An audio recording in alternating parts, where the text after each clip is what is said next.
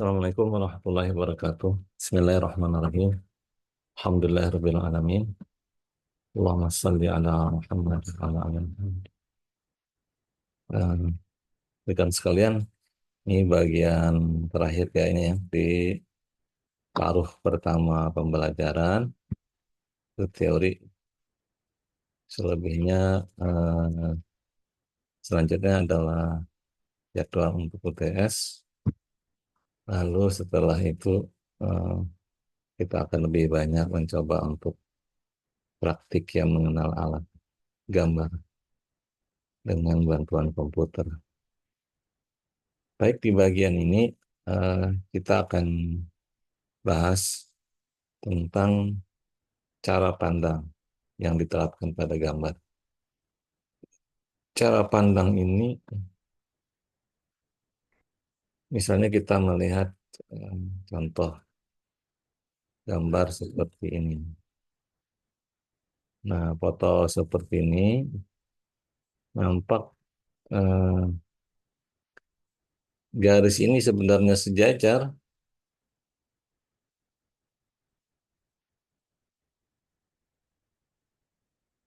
Saya ulangi. Nah, fotonya seperti ini. Ini foto-foto gedung di mana tukang fotonya berada di antara gedung-gedung tinggi. Pada gambar seperti ini kita lihat, ini sebenarnya garis-garis yang sejajar ya di keadaan nyatanya. Tetapi terlihat dalam tangkapan penglihatan kita, seolah-olah garis ini kalau diteruskan akan menumbuk satu satu titik yang sama. Nah, satu titik yang sama itu disebut sebagai titik hilang. Titik paling jauh mata kita bisa eh, menghayalkan. Lalu dalam arah ke atas di sanalah sepertinya titiknya. Dan ke arah kiri ini juga menuju titik yang sama. Nah, lalu bagaimana dengan yang ini? Nah, ini bangunan yang berbeda ya. Bisa saja eh, bangunan itu kalau tidak sejajar maka dia tidak akan menuju titik yang sama ya. Nah, ini ke bawah sepertinya. Kalau dia sejajar pasti akan menuju eh, apa titik yang sama. Kalau dia sejajar ke kiri, kemudian ke arah kanan pun, nah yang ke sini ini juga menuju titik yang sama. Ini dari tangkapan foto ya. Kemudian eh, ini ada di sini ada tiga eh, titik yang titik kumpul di mana garis-garis hilang. Sini ke atas, ke bawah, ke kanan nih. Sini dan ke arah kiri. Nah, ini gambar seperti ini disebut tiga titik hilang. Kalau ini lebih sederhana. Ini dua saja titik hilang ke arah sana. Sekali lagi catatannya dia harus jajar dulu ya. Ini titik hilangnya, ini titik hilang. Dan di sini tidak tampak ke pertemuannya ke arah atas atau ke arah bawah. Kenapa bisa seperti ini? Karena biasanya kalau kita mengambil arah pandang yang bisa dikatakan sejajar dengan arah horizon, maka dia relatif tidak memiliki titik hilang ke arah vertikal, ya. Entah ke atas, entah ke bawah.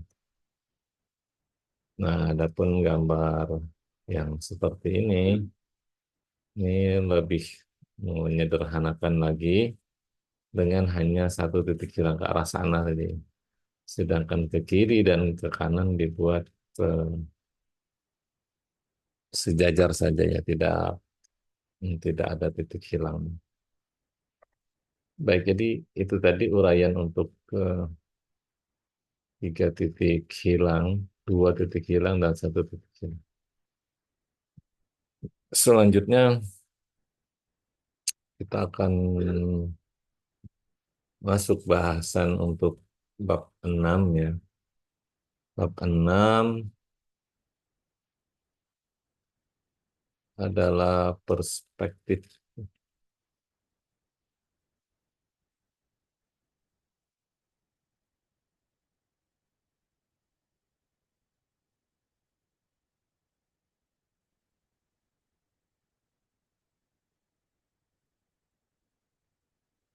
Saya ambil materi dari Sujana Yogi, WordPress.com. Gambar perspektif dalam gambar tiga dimensi yang merupakan hasil terjemahan dari gambar dua dimensi. Jadi merupakan kebalikan dari gambar proyeksi. Kalau proyeksi tadi kan gambar gambar apa? Gambar tiga dimensi diuraikan jadi gambar dua dimensi supaya lebih mudah dipahami, lebih akurat ukurannya dan seterusnya. Kalau ini kebalikan, gambar-gambar tersedia dalam dua dimensi digabung untuk menjadi satu gambar tiga dimensi. Membuat gambar perspektif lebih lebih sulit relatif ya, relatif lebih sulit dibandingkan dengan menggambar proyeksi. Kesulitan pertama adalah menggabungkan seluruh pandangan yang ada sehingga kita bisa membayangkan bentuk benda yang sebenarnya. Kesulitan kedua adalah walaupun kita sanggup membayangkan bentuk perspektif dari benda tersebut di pikiran kita, seringkali kita kesulitan dalam menggambarkan bentuk tersebut di atas kertas. Menerjemahkan hasil pembacaan kita ke atas kertas memang tidak mutlak harus dilakukan, tetapi akan sangat membantu apabila kita sanggup melakukannya. Misalnya kita sebagai pelaksana ya, yang membuat bangunan. Kemampuan untuk membaca gambar atau membayangkan perspektif lebih banyak diperlukan secara umum daripada kemampuan membuat gambar atau membayangkan proyeksi. Kemampuan membuat gambar diperlukan hanya terbatas untuk orang-orang yang tugasnya memang membuat atau mencipta gambar teknik seperti misalnya drafter, desainer, atau kopis. Tetapi kemampuan membaca gambar diperlukan oleh lebih banyak orang yang tugasnya berkaitan dengan bidang engineering. Oleh karenanya, pelatihan gambar perspektif harus dilakukan secara intensif. Teori pada pokok bahasan perspektif ini sangatlah sedikit untuk tahap dasar, sehingga metode pelatihan yang terbaik adalah dengan banyak mengerjakan latihan soal jam terbang ya. Di bawah ini ada beberapa contoh aplikasi gambar perspektif. Pelajari dengan baik, kemudian kerjakan latihan-latihan soal pada halaman paling belakang. Nah, contohnya seperti ini. Gambar proyeksinya pandangan depan, pandangan samping, pandangan atas seperti ini, maka eh, tiga dimensinya atau perspektifnya jadi seperti ini, depan, samping, dan atas. Lalu ini depan, samping, atas, maka jadinya tabung. Nah, kalau ini huruf C terbalik nih. Depan seolah-olah, oh kita belum tahu ini bentuknya seperti apa, cuman ada eh, tiga tingkatan kayaknya. Kita lihat sampingnya, oh baru tahu. Kita lihat atasnya, oh ini ada atasnya tertutup semua, tapi dalamnya ada yang menjorok ke dalam. Ternyata ini yang menjorok ke dalam.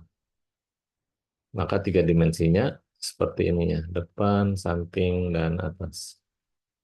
Nah, lalu ini tanda plus pandangan depan, pandangan samping seperti ini, pandangan atas seperti ini. Maka begitu disusun, ini depannya, ini sampingnya, ini atasnya. Nah, ini gambar kursi ya. Kursi depan seperti ini.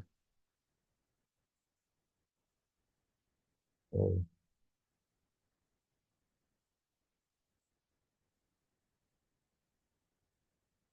hmm.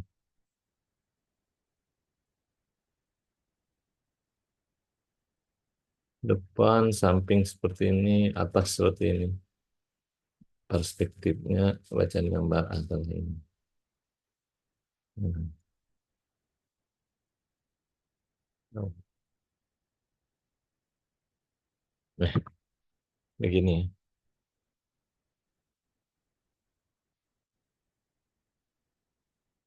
terkait dengan ini, kita bisa lihat lebih jelasnya atau lebih imajinatif dengan melihat program gambar. Gambar ini saya menggunakan SketchUp ya. Nah, ini ada tiga keadaan. Ini nanti akan kita lihat dari arah depan, ini dari arah atas, dari samping. Nah,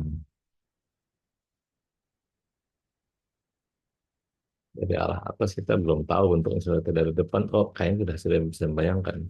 Nah, dari arah samping baru sangat jelas bahwa ini adalah sebuah kursi. Kalau kita lihat. Nah, bentuk miring inilah yang kemudian kita kenal sebagai pelajaran bentuk bentuk perspektif. Ya. Dalam software ini, eh, perintah tampak ini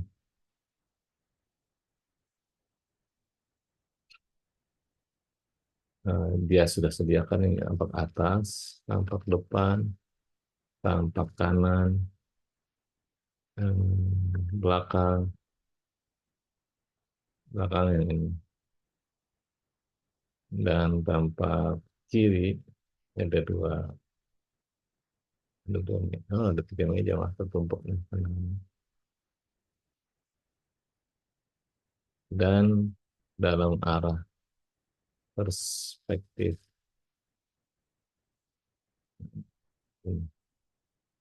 Nah,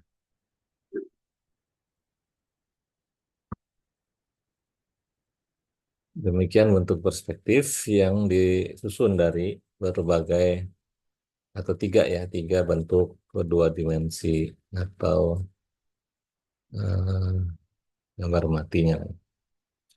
Gambar perspektif ini khas hanya dalam penggambaran. Dalam bentuk asli, ya tidak seperti ini. Tapi kalau bentuk asli menggunakan titik hilang seperti kita bahas di depan tadi. Dalam software ini disediakan eh, menu dua, dua titik hilang, kemudian untuk perspektif, ya coba kalau dua titik hilang seperti ini. Nah, seperti inilah ya.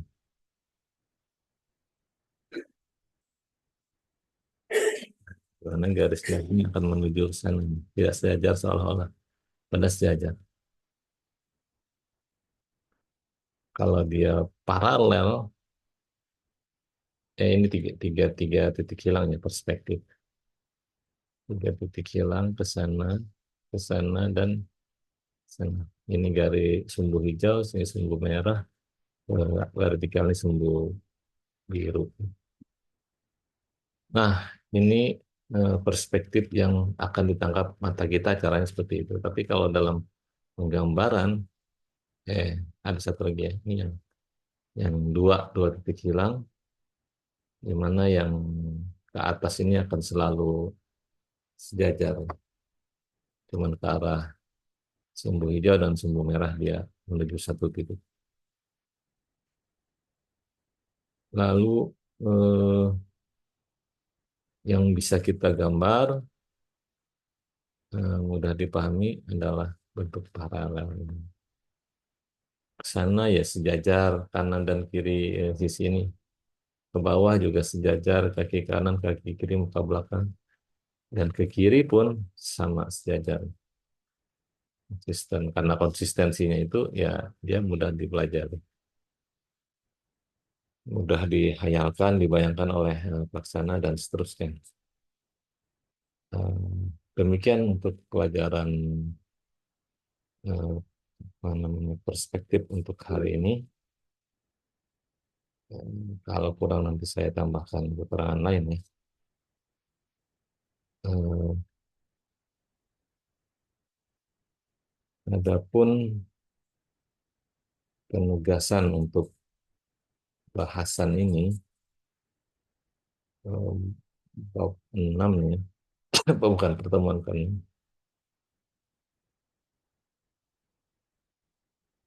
kemarin skala,